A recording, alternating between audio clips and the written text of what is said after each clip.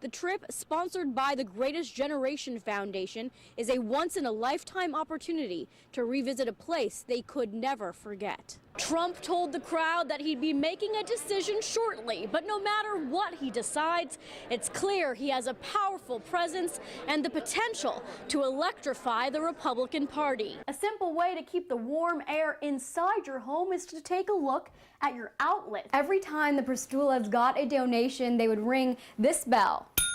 I'm standing in what used to be someone's backyard. Now, it's just a pile of mud. Now, the contract between SUNY Cortland and the Jets is renewed from year to year. Dr. Newlander's wife, Leslie, was found dead in a shower at this home on Shalimar Way in Fayetteville a little more than 2 years ago. The people I talked to here in downtown Syracuse support the governor's plan and feel there will be several benefits if New York State legalizes medical marijuana. Matt and Megan, I'm just steps away from where Auburn police shot and killed a man Saturday night who was threatening them with a meat cleaver. Police are now giving us new information about what actually happened leading up to that deadly shooting. It all started when the woman in this home, Teresa Harris, called 911 saying that her estranged husband was trying to break in. Michael, friends of Summer Rupert Woznicka say she lived just up the road and going on a morning run was something she did almost every single day. Now, to give you a sense of the impact of this crash,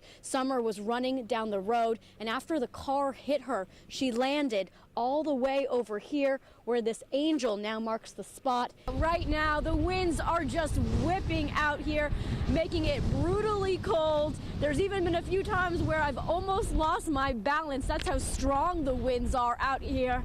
But as bad as it is here, up north in St. Lawrence County, they've suspended all snow removal operations because there are so many abandoned cars on the road. Reporting live from Watertown, I'm Dora Scheidel. Matt and Megan, back to you. Dora, for this, we are going to send you on a trip to the Caribbean, I think. Or you deserve it. At least a warm meal at the diner. Thank you, Dora. Jason Robinson of Rome is defying all odds. It's my life. I can do whatever I want, and I'm going to do the 15K. So I'm proving them wrong. Making history this weekend, the 10-year-old will be the youngest participant to ever compete in the Boilermakers 15K wheelchair division. Coming down the hills and having the breeze right in your face, and it just feels great on a hot day. Jason has been fighting an uphill battle his whole life. Born with a rare form of spina bifida, a birth defect of the spinal cord. He has very limited use of his legs, but it doesn't get in his way. He's never once said poor me or, you know, why me, or it's just this is his life and this is what you do. Inspired by the support of his community, Jason has been training for 12 weeks with a custom-fit racing chair after his school raised the money to pay for it.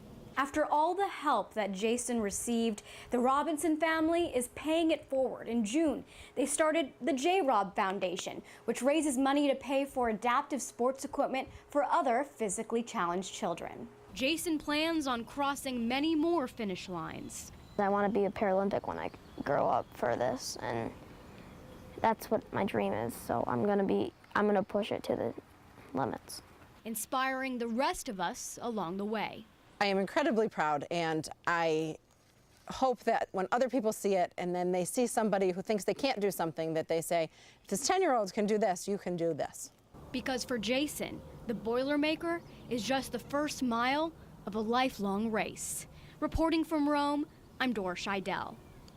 Matt, in just a few hours at 6 a.m., 2 Central New York veterans, both in their 90s, will leave here and fly to Hawaii for the 73rd anniversary of the attack on Pearl Harbor. The trip, sponsored by the Greatest Generation Foundation, is a once-in-a-lifetime opportunity to revisit a place they could never forget.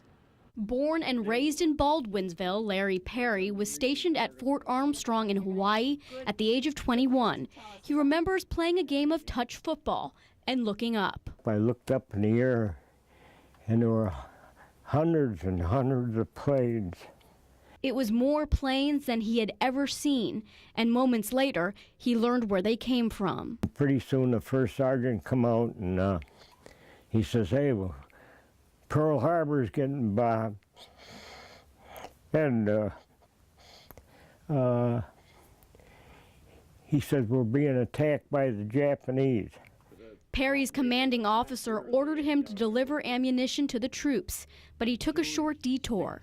I just had to come up and see Pearl Harbor.